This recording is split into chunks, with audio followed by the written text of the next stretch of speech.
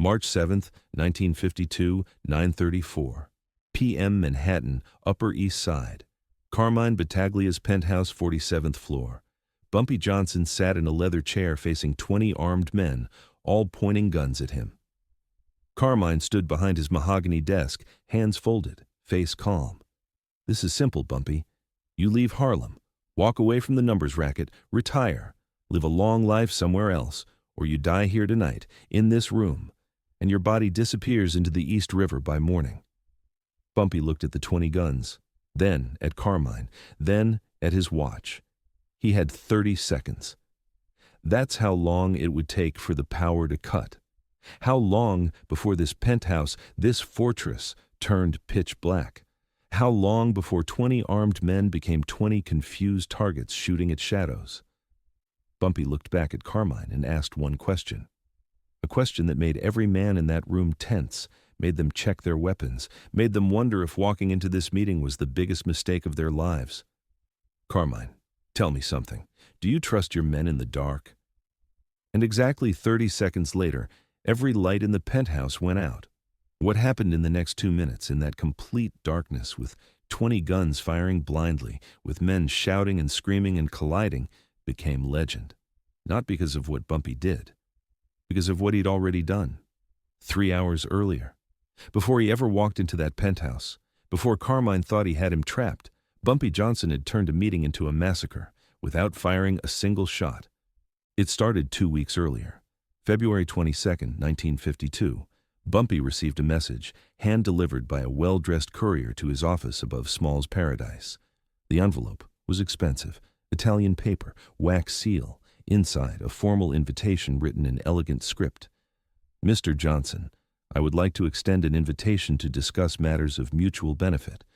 A peace negotiation, if you will. No hostility, no weapons, just conversation between two businessmen seeking to avoid unnecessary conflict. Please join me at my residence on March 7th at 9 p.m. The address followed. Upper East Side, penthouse, the signature at the bottom, Carmine Battaglia. Bumpy studied the invitation for a long moment. Junie Bird, standing across from him, shook his head. "Boss, it's a trap. Obviously it's a trap. That's what makes it interesting. You're not seriously considering going?" Bumpy set down the invitation. "Carmine Battaglia controls the Upper East Side gambling operations. He's been trying to move into Harlem for 6 months. Every approach has failed, so now he's trying diplomacy. Diplomacy with 20 guns pointed at you. Probably, but if I don't go, he'll interpret it as weakness. He'll push harder, send more soldiers. Eventually we'll have a war, and wars are expensive. Better to meet him. Show him I'm not afraid. Show him that threatening me in his own penthouse won't work. How do you know it won't work? Because I'm not walking into that meeting unprepared." Over the next 2 weeks, Bumpy did what Bumpy always did. He planned. First, intelligence gathering. He had people scout Carmine's building. A luxury high-rise on East 61st Street, doorman, security, elevator operators, penthouse on the 47th floor, only accessible via private elevator with a key. Getting in would be controlled, getting out would be the challenge. Marcus Tallboy Hayes reported back, "Boss, that building is a fortress, security cameras, guards. Once you're in that penthouse, you're trapped. 20 men with guns and one exit, the elevator. That's the point. Carmine wants me to feel trapped." Second, Bumpy studied Carmine himself, who he was, how he operated. Carmine Battaglia was old-school Italian mob, careful, methodical, not impulsive like some of the younger bosses. He preferred negotiation backed by overwhelming force, show of power, make the threat obvious, give the opponent a choice, submit or die. It was effective. Most men chose submission, but Bumpy Johnson wasn't most men. Third, Bumpy studied the building's infrastructure. Power, water, communications, everything that made a 47th floor penthouse functional. And he found the weakness, the electrical system. The entire building was powered by a central grid on the 3rd floor, accessible via maintenance corridors, and on March 7th at 9:34 p.m., that grid would experience a catastrophic failure, timed precisely, planned meticulously. Bumpy called Illinois Gordon to his office. "I need you to do something for me on March 7th. Something that requires precision timing." Illinois listened, then smiled. "Boss, You're going to walk into a room with 20 guns and turn off the lights? Not turn them off. Have them turned off. There's a difference. March 7th arrived. Bumpy prepared carefully. He wore his best suit, charcoal gray, white shirt, black tie, polished shoes. He looked like a businessman going to a meeting, not a man walking into a death trap. Junie Bird tried one last time. Boss, let me come with you. Bring a few guys. No. If I bring people, Carmine brings more people. It escalates. This needs to be just me. Showing I'm not afraid, but you should be afraid. 20 guns, Bumpy. I am afraid. That's why I'm prepared. At 8:45 p.m., Bumpy arrived at the building on East 61st. The doorman nodded respectfully. Mr. Johnson, Mr. Battaglia is expecting you. The elevator operator, a young man in a crisp uniform, inserted a special key, pressed the button for the 47th floor.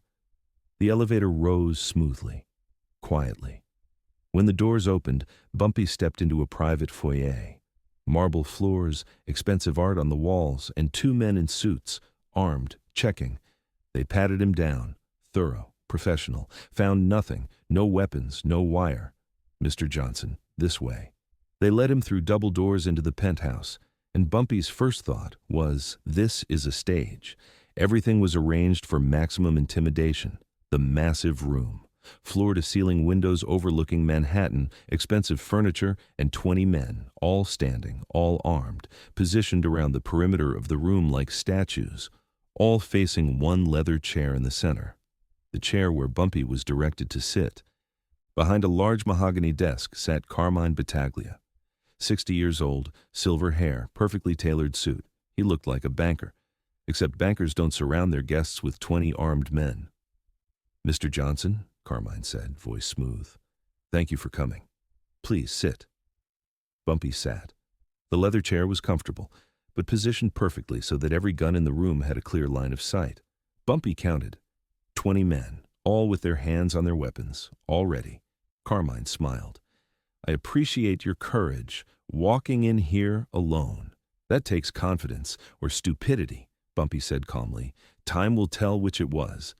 Carmine laughed, a genuine laugh. I like you, Bumpy. I do. You have style, intelligence. That's rare in our business, which is why I wanted this meeting, to offer you something. What are you offering? A way out, a peaceful way.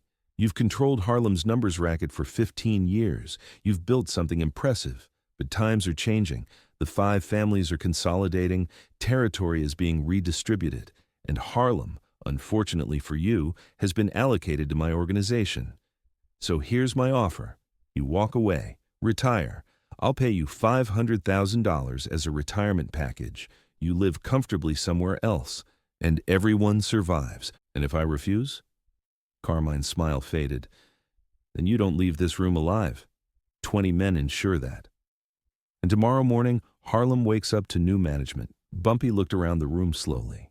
At each armed man, at the windows, at the single exit, the elevator doors. Then he looked at his watch. 9:33 p.m.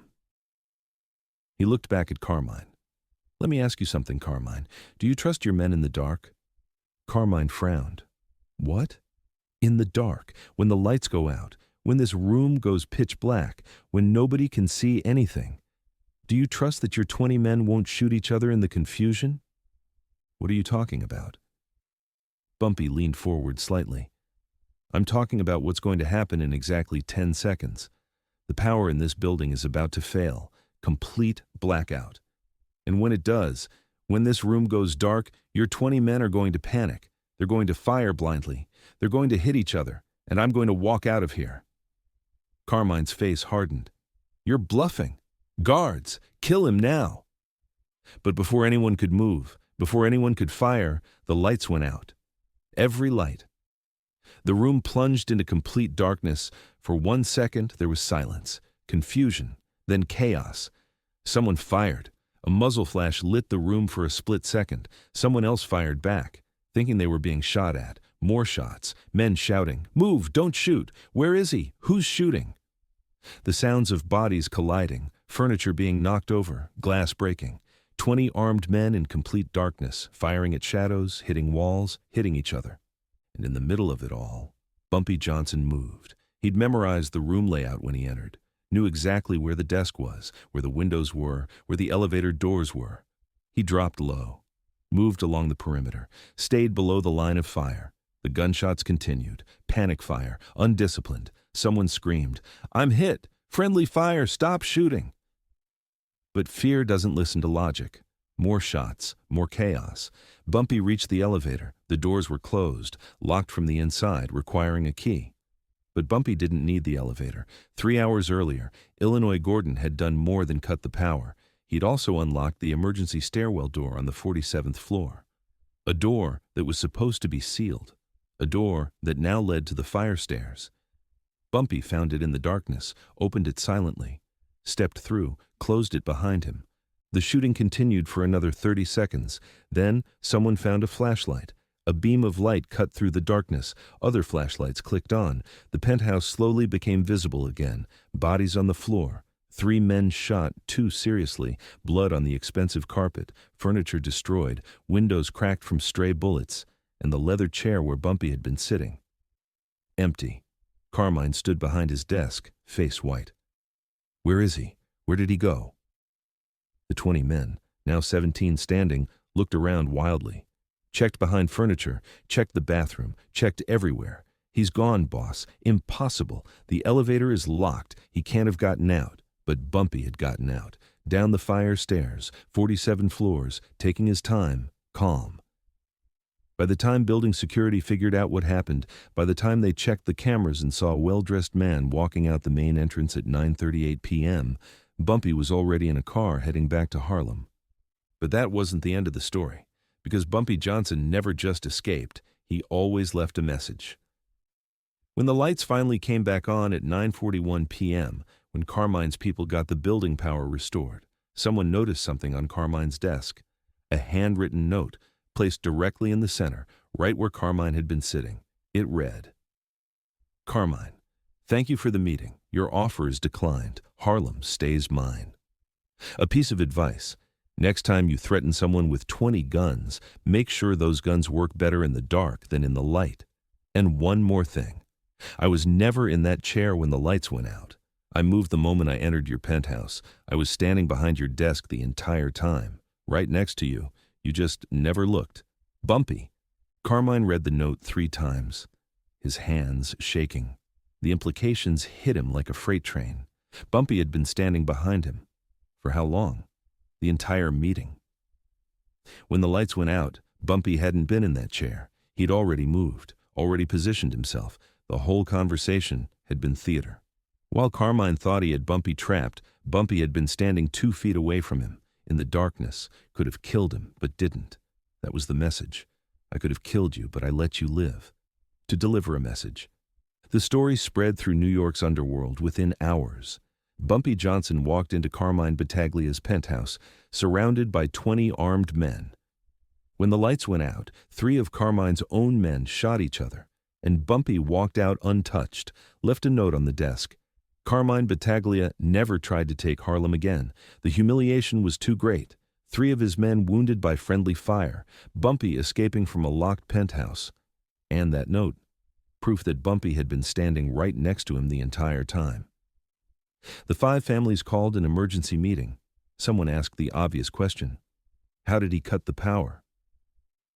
He had someone in the building, Carlo explained. Someone who accessed the electrical grid at exactly 9:34 p.m. Someone who caused a controlled blackout. It was planned. All of it. Bumpy knew what Carmine would do, knew he'd be surrounded by guns, knew the men would panic in the dark, and he used it. Illinois Gordon, sitting in a bar in Harlem, smiled when he heard the story. He'd been in the building's maintenance room, watching the clock. At exactly 9:34 p.m., he'd thrown 3 switches.